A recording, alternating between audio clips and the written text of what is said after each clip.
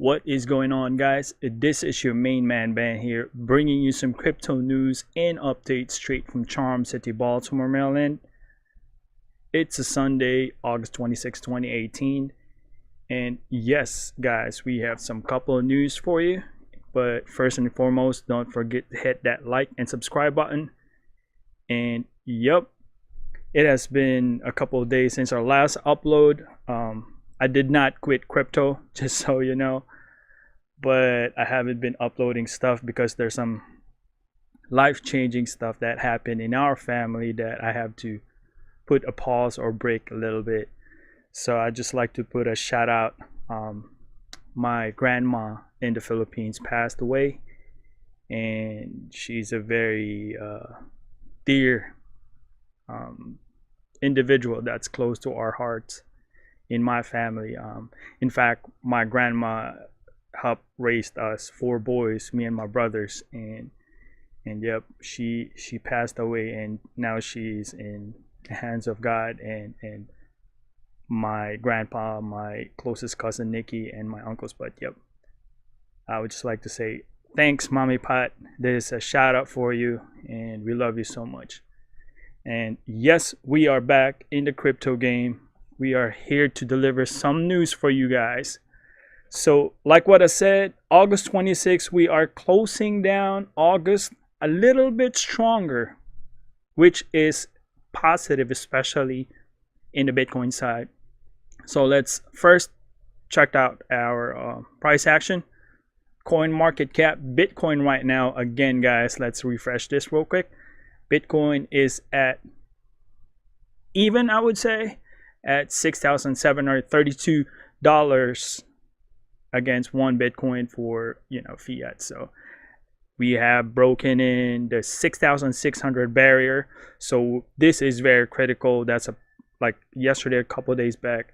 So we are in a 6,700, which is a little bit better than what we had since last week.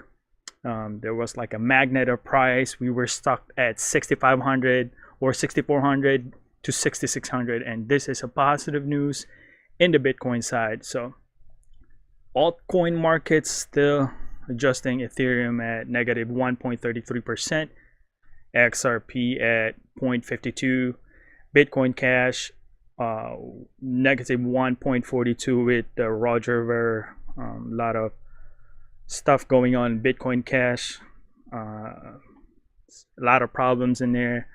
We are going to cover that probably next episode or so. EOS still at negative 0.91. Most all of the top 20 coins are a little bit of, not a lot of changes, but they're a little bit of down, except of course for the shield coin that I had been preaching for you guys. Also, Tron is 5.63%, probably because of the news that we're going to share a while ago as well. Maybe that would affect the price of Tron. VeChain at 1.84%. And let's go to our miners. Our old setup: 9570, 11050 Ti, 21070, 11070 Ti, and 11080 at 13 kilowatt per hour. I mean 13 cents. And yes, guys, it's a wow, $2.25 in Ethereum, and ETH Classic at $2.39. So basically, mining is not profitable, especially in GPU side. Like, we're gonna reiterate that again. It's not, this is not a first financial advice, but yes, guys, the heydays are almost over, but then again, there will be opportunity. That being said, we are going to our first news here. Let me see. U.S. Senator warns closing Montana coal plant will hurt Bitcoin mining industry. So it looks like the junior United States Senator from Montana, Steve Daines, has warned that the planned closure of coal power generator could harm the booming Bitcoin mining business in the state. So it looks like they will be shutting down that coal mining place at 2027. So why is it important? We all know that a state that supports low kilowatt per hour, or their price for their power is low, then you can just, you know, put your farm in there if you got a business and all that stuff. And on top of that, the environment is really cool, so you don't need a lot of big air conditioning to cool down your hardware. But then again, my take about this one is that they're going to be shutting down in 2027. That's the mining business. We mentioned a while ago that the GPU mining is not profitable anymore. I do not think that it's going to be affecting this mining operation, especially in Bitcoin. Second take is that Bitcoin's having, like, you know, if you just Google having basically the end of production of Bitcoin, currently we are looking at what? Bitcoin circulating supply is 17,232,000. So that means there's only 21 million Bitcoin will be produced ever. There's no extension for that. You cannot go above that. That's why Bitcoin's projections, price projections, is going to be soaring up like crazy, because there will be no Bitcoin production after 21 million. Currently, we are at 17,232,000. And mind you, we are only in 2018. If they're going to shut down in 2027, imagine that's 10 years from now. So if you think about it, 2013 or 2011 to 2018, there's only 7 years in that one, and we're almost full on Bitcoin production. So I do not think that this would be very effective, because that's long time from now. That's 9 years, guys. So I do not think there will still be mining in Bitcoin by that time. And on top of that, the altcoin market is not going to be dependent on the proof of work, such as Ethereum, which is very dependent on proof of work, which means that it thrives on mining, especially GPUs. And although they have ASICs now, so in other words, mining depends on hardware, which is power hungry. You can say it's not environmental friendly because it takes a lot of electricity and it's expensive.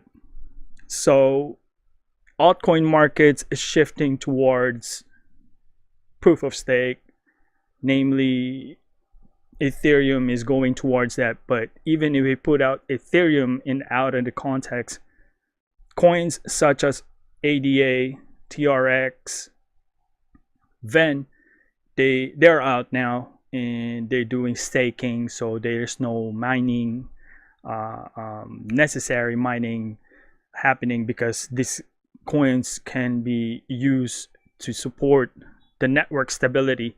So I do not think that it will really affect anymore. So the 2027 in Montana, I think we're straight with that one.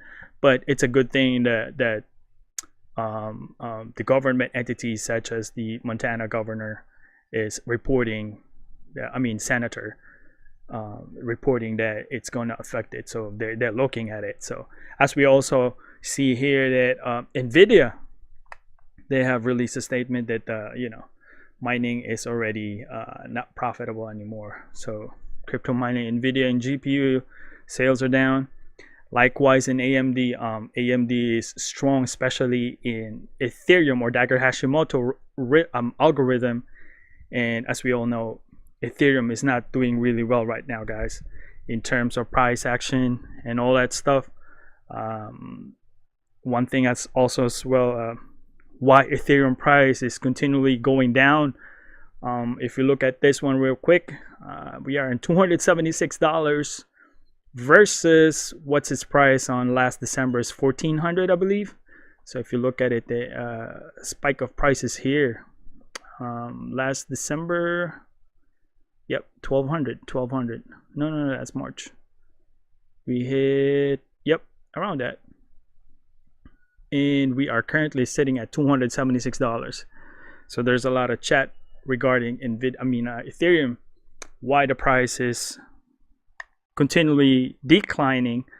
There's a lot of speculations and all that stuff, because there's a lot of ICOs or initial coin offering that using the Solidity language and there's a lot of scam going on. It's pulling down the Ethereum platform because of that.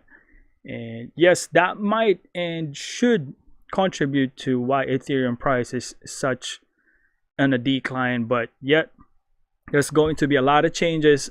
The hard fork coming. There's news that the developers on Ethereum met. They try to decide if they're going to do a hard fork this coming October, I believe. If they're going to do a hard fork with a lot of changes in one hard fork, that might be really risky, or they're going to do a lot of hard forks with a lot of small changes to see that would be more effective. But they haven't come up with a definite answer, and they will have to regroup for that one. So moving on to our next news, guys. Let me see here. Philippines, Korea, and Thailand move to create the next crypto valley. So it looks like these countries are moving towards creating the next crypto hub place, shall we say, in Asia, because the success of what happened to Malta, where Binance moved to Malta. The Malta government support Binance. They even have laws in there. Of course, Binance employed a lot of Malta citizens in there, so it's a good thing for the crypto space. And these countries are trying to develop, and these are the ones that's leading in Asia, so they're leading in the pack. So it looks like flocks of investors are going to these countries to build exchanges, get some incentives for the government and all that stuff. So this is positive, especially in Asia, which is a very, very tight competition given Japan, China. These are really powerhouses in terms of not just hardware, but also big investors that it's really, really old. I mean, first adapters in cryptocurrency. So yes, and we're looking forward for the success of these projects and the further growth of the Asian market in terms of cryptocurrency. And yep, we all know that SEC already declined or failed the ETF application, although they are going to review that, guys.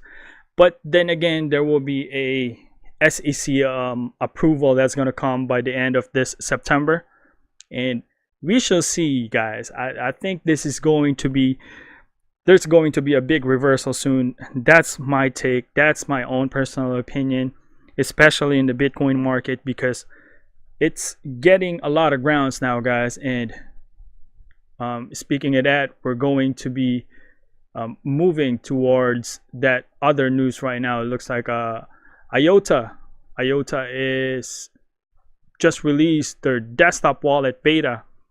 So it looks like Iota's recovering a little bit here. There was a lot of conflict in Iota, within the Iota community. The founders are feuding in each other, and this is a good outlook that they're trying to release and move towards the real goal of this project. And this is a good step that they have released the beta Trinity wallet, and I myself are looking towards this project because there's a lot of positivity. I believe, although there's like some kind of immaturity, shall we say, and although they're not that really mature thinking young folks, but they do have potential, guys, and that's what we want. Not perfect, but big potential. So yes, congrats to the Iota holders right there. Moving on. Hackers hijack Elon Musk Twitter, offer free cryptocurrency. Once again, guys, a well-known big name entity in the market, Twitter's account got hacked and is offering free cryptocurrency. Please do not get burned Wherever you see, it doesn't matter if it's Elon Musk, the president of the United States, whoever it is, if the scheme is send 0.05 or 1.0 Ethereum or anything cryptocurrency related, do not send it because it's fake. Do not do it. Nothing's gonna come back in your wallet. You're gonna get burned. You're gonna get scammed, and that's going to be irreversible. This is not like a bank transaction that you can just go and call, hey, I got my identity got jacked up. I need you to reverse these transactions. It doesn't work out like that in blockchain. And most likely moving towards future, it might be, but that's one of the unique features in blockchain technology, guys. So do not send any coins and expecting getting 10 times of what you sent. It's a scam. It's a classic.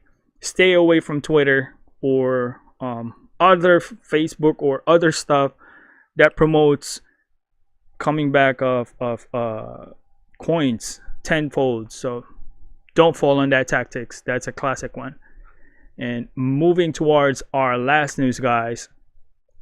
World Bank and Australia's largest bank issue bond exclusively through blockchain. Here we go. The World Bank of the Commonwealth Bank of Australia, CBA, the country's largest bank, have issued a public bond exclusive through blockchain technology. It reports August 23rd. The World Bank's official mandate for the project was first unveiled August 10. This is big news. This is going to change a lot. Australia already making a lot of big moves, especially in the blockchain technology.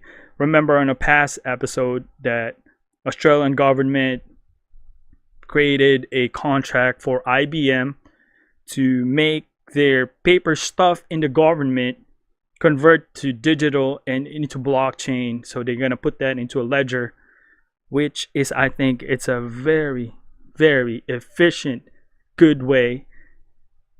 You can put that in the ledger. It's proof, hack proof for now, and I believe for the coming future. And so it's available anytime without any paper stuff. And this is, I believe, in relation to that, guys. And Australia, I know for a fact that this country would be one of the leaders in, especially I think Russia as well, in terms of blockchain adoption. So yes, this is a very, very positive note. And into that, guys, I believe United States is going to catch up, starting with the SEC or SEC approving or taking a look at all this blockchain ETF applications, because this is a process. It's not going to be once ETF is approved, everything's gonna be turn on. It doesn't work out like that.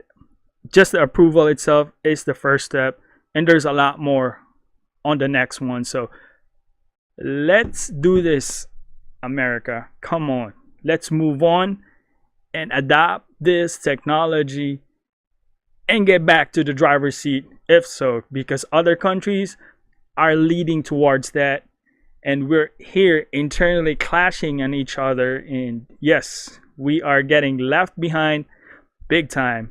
But this is just my personal opinion, guys. I appreciate you watching, and don't forget to hit that like and subscribe button. Always remember, God is good all the time. This is your main man Ben here. Peace out.